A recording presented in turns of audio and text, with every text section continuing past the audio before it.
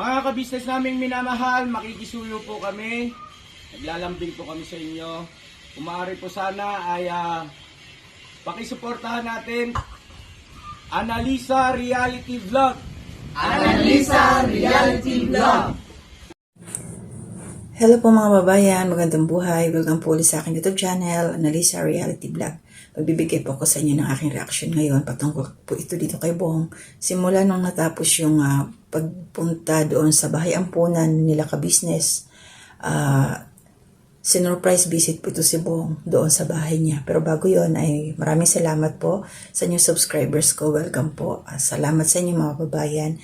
At of course, yung lagi nariyan na nagko-comment, nagla-like, at saka mga nag-share, as well as yung mga silent viewers po sa aking mga ginagawang reaction. Maraming salamat sa inyo. At una, ay wag po natin kalilimutan, tuloy po ang suporta sa Ka-Business Official. Alam naman po natin yung mga naging achievements nila, yung mga ginagawa nilang pagtulong sa mga nangangailangan. And also, Ka-Business Family, support din po natin si Papa Dins and si Young Russell, saka si Thinking Body, and yung mga kasamahan ko pong mga reactors dito. Si Taong Gala, si Kalingap Turak, si Alminda Mix Vlog, si Ma'am Flir's Channel, and Anime Reactors TV. At saka shoutout na rin kay Katangay PLC at saka kay Dinshack TV. Okay, so ngayon, magbibigay na ako ng aking reaction kung paano ba, ano ba ang nangyari dito kay Bong. So yun na nga po mga ka-business, no? Kalingap, kapapi at saka kabayan. Nakakalungkot tingnan. Dumating sila ka-business, kasama sila Intoy, si Bogie at saka si Bornok sa bahay ni Bong. Kinatok nga ito sa natutulog. Ayon sa oras na, kasi tinanong ni ka-business yung time na yun, nasa bandang 2:00 daw. So, nagising si Bong. Nakakalungkot kasi yung pagbukas ng pinto, ang itsura ni Bong, grabe. Ang niya talagang sobrang haggard, ang dumi, wala talaga. So yun, pinatuloy sila ka-business ni Bong, no? Biniro pa nga kasi nakaharang sa pinto. At talagang na to si ka-business, no? Kilala niya na yung mga ni Bong, yung mga tingin sa kilos, ganun. Katulad nun, pag ako ni Bong, alam na ni ka-business yung tsinelas. Sunod ko ba si ka-business ng tsinelas? Pati yung sa sombrero, natawa ako doon. Pero yun nga, yung nangyayari kay Bong ngayon, siya depressed talaga. Nabigo siya. Tapos, yung ginagawa niya na parang tinatamad na siyang pumasok. Baliwala na sa kanya, bahala may pera o wala. So, ito nga mga ka-business ang nangyari. So, nung tinanong na ni ka-business si Bong kung bakit hindi pumapasok, ang reason niya ay nahihiya nga daw siya doon sa naging pagkakamali niya, yung kasalanan niya sa pamilya. Alam na natin yung mga nakita doon ni Mrs. Ka-Business na gamit. Yun ang rason niya. Tapos, yung pala may mga concerned citizen na kilala si Bong na nag-message, mga subscribers, ayon kay ka-business na nakita daw nilang nangangalakal ulit si Bong. Sa nangyayari sa kanya, mga kababayan, mga ka-business, nakakaawa kasi ilang beses na, umaasa kasi siya ngayon na itong darating na February 12 talaga ay makakasal sila ni Maylin. So, yun nga doon sa pag-uusap, sinabi na ni ka-business na alam na pala to ni Bong na nagkabalikan yung si Maylin at saka yung si Budoy. Kaya ang lalaki kasi ito si Bong, alam ko pag mga ganyan, ang mga lalaki parang hindi nila kayang dalhin yung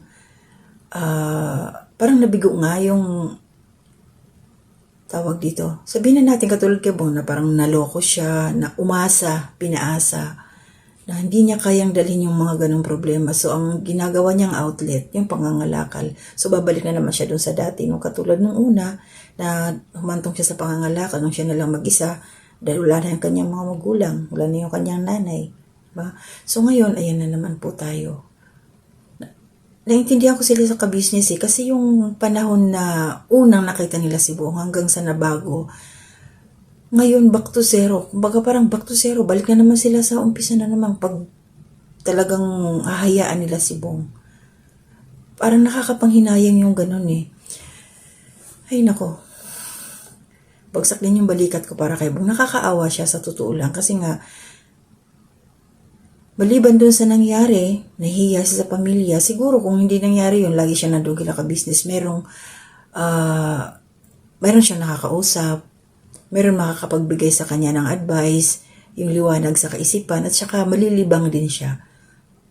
Malilibang siya roon sa ka-business. Kaya lang, ang ginawa niyang takbuhan, pangtakip sa kanyang problema, ang pamamasura, at nagiinom siya.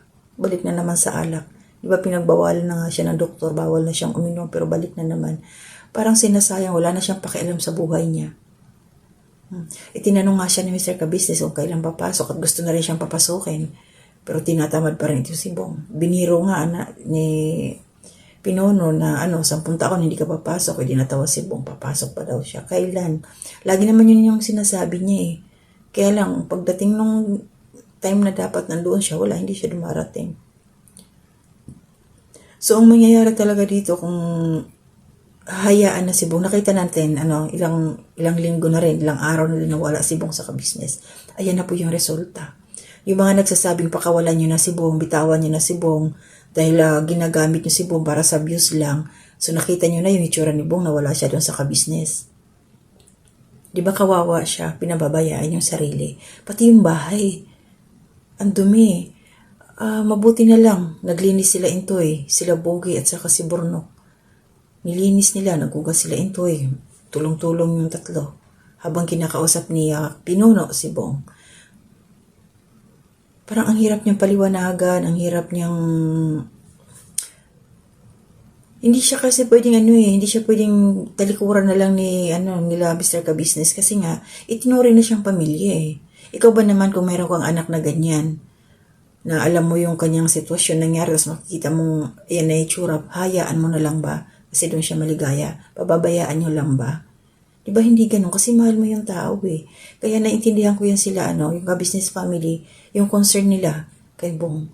Kasi nga mahal nila yung tao. Tingnan nyo yung mga kaibigan ni Bong. Walang nagmamalasakit sa kanya.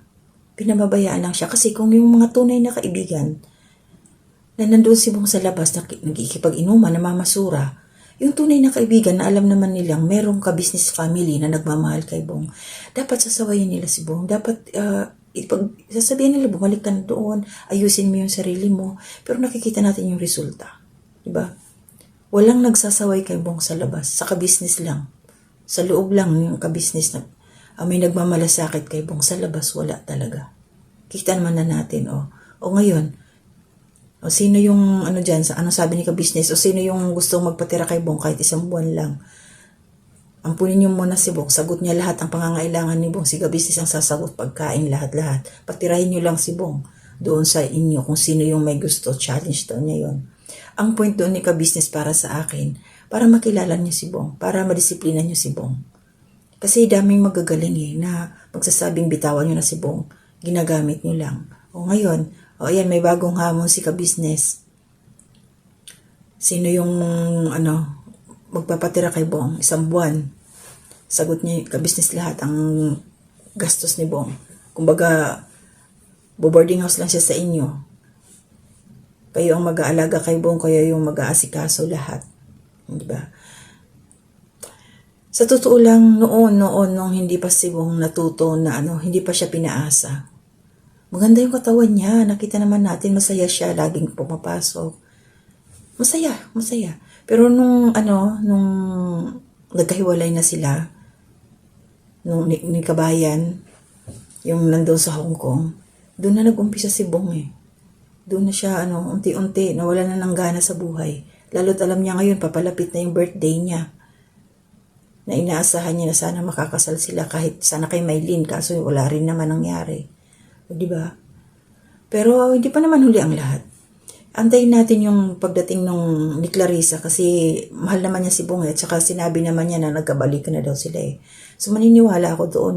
Kung talagang nagkabalikan na nga sila, di umuwi siya, di punta niya si Bong tapos kunin na niya, pakasalan na niya, di ba? Para mabago na yung buhay ni Bong. Kasi kung tutusin, lang naman yan, nagbabaya lang si Bong sa sarili niya kasi wala nang pakiramdam niya, wala nang silbi yung buhay niya, wala nang nagmamahal sa kanya, diba? Pero nakalimutan niya na nandiyan ba yung mga ka-business family na totoong nagmamalasakit sa kanya. O yun, tinanong nga siya doon ni ka-business kung papaano kung sakaling bumalik si Clarissa. O, diba? So, okay lang naman kay Bong. Papayag din naman siya. Pero, syempre, tingnan muna kasi baka mamaya ginagamit lang din ba? Pakikiramdaman muna. Ganun talaga yun. Kasi mahirap naman, masaktan na naman yung tao. Mahirap na namang umasa. Diyos ko, nakakaawa. Kalahati ang katawan ni Bong na pumayat siya, tapos biglang tumanda ng itim. Ibang-iba. Ano yan, may rehab na naman? Balik na naman, rehab na naman siya para balik yung dati niyang katawan. Pero hindi natin masabi. Pero pag hindi yan talaga nagbago si Bong, mapipilitan na naman talaga yung ka-business na gawin talaga siguro. Kung yun lang ang paraan para mailigtas yung buhay ni Bong. Kasi kung pababayaan lang siya dyan sa kalsada ng ganyan, makikita ulit natin siya katulad nung una. Na mahaba ang buhok, madungis, walang ligo. Iyan, nakita naman natin yung upload ni ka-business. Walang ligo talaga si Bong. Ang dungis niya. Wala na, pabayaan na niya sa sarili. Kasi para sa akin, marami talaga yung karamihan sa mga lalaki once na may term akong nabasa doon, naririnig ko rin to dati sa lola ko, yung in despair, ganun, parang naging desperado, na desperate sa isang babae. Ang mga lalaki kasi hindi sila marunong mag-handle, yun nga, inom, dinadaan sa bisyo. Pero pag yung babae naman, nagka-problema, sasabihin natin na iniwanan ng boyfriend o ano man, mapapahuyo na lang yung kasi pag mga babae na nagaganyan mas lalong gumaganda Kumbaga, bihira lang yung babae na nalulugmok. Karamihan talaga yung umaahon, tumataas yung sarili pa na pinatutunayan na mali, na kaya niyang tumayo mag-isa, diba? So, ito si Bong, sana magbago ka na, Bong, kasi malapit na yung birthday mo. Sana pumasok ka na. Wag mong sirain yung buhay mo. Isa lang ang buhay natin may chance ka, napakaswerte mo kasi nandyan yung ka-business na talagang nagmamahal sa'yo. Hello mga babayan, kumusta po kayo? Pasensya na, tatapusin ko lang yung paggawa ko ng reaction kasi kanina bumaba ako at nagluto ako ng carbonara. Nag-request yung amo ko. Tatapos lang po ng aking trabaho ngayon. So magandang umaga dyan sa Pilipinas. Kumusta po kayo?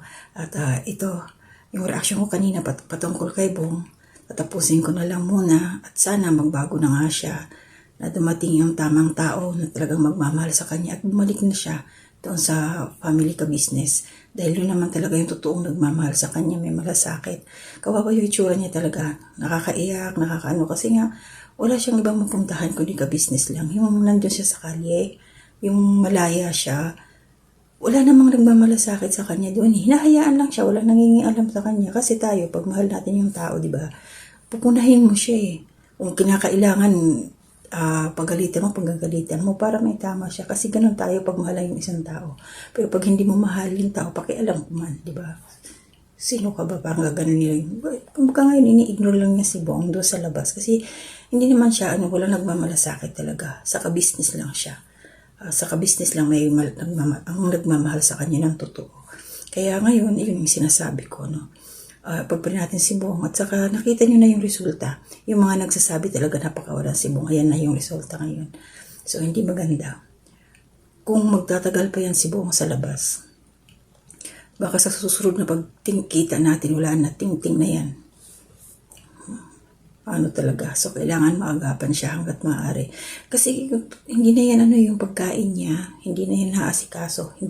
Wala na sa tamang oras. Kasi nangangalakal na, diba? So, sabi niya? Tinanong ni ka-business kung magkano yung kinikita niya. 100. Ano lang yung 100 na yun? Anong mabibili niya? Alak lang. Hindi na siya kumakain. So, magkakasakit talaga siya. Kasi tsura na yan, walang kain. Tapos yung tamang oras ng yung pagtulog niya. Wala na talaga. Pabayaan na yung sarili niya. Sana magbalik ulit siya. Sana makinig naman na siya. Kasi wala Walang ibang malasakit sa kanya. So hanggang dito na muna mga kababayan, mga ka-business kapapit. Ako'y magpapahinga na muna. Tinuloy ko lang para ma-close ko yung aking ginawang reaction. Pasensya na kayo. Hanggang sa susunod po rin na aking mga reaction video. Maraming salamat po. Mga ka-business naming minamahal, makikisuyo po kami. Naglalambing po kami sa inyo. Kung maaari po sana ay pakisuportahan natin Taong Gala. Pakisuportahan po natin Taong Gala. Analisa Reality Vlog. Analisa Reality Vlog. Anime Reactors TV. Anime Reactors TV. Alminda Cariaga Mix Vlog. Almenda Cariaga Mix Vlog. Ma'am Fleurs Channel. Ma'am Fleurs Channel. Densyak TV. Densyak TV. PLC Katangay Vlog. PLC Katangay Vlog. Kalingap Turak. Kalingap Turak. Alright? Alright. Bira. Bira. May notebook pa talaga. Ang galing. Alright? Alright. Ang galing. Ang galing. Support po natin mga kabisnes naming minamahal. Nagpaalam po sila. At ayan, mga reactors po yung karamihan dyan. At ito naman si Densyak TV ay solid ka business po yan na nasa abroad. At sponsor din po natin. No? Thank you so much po. God bless sa ating lahat.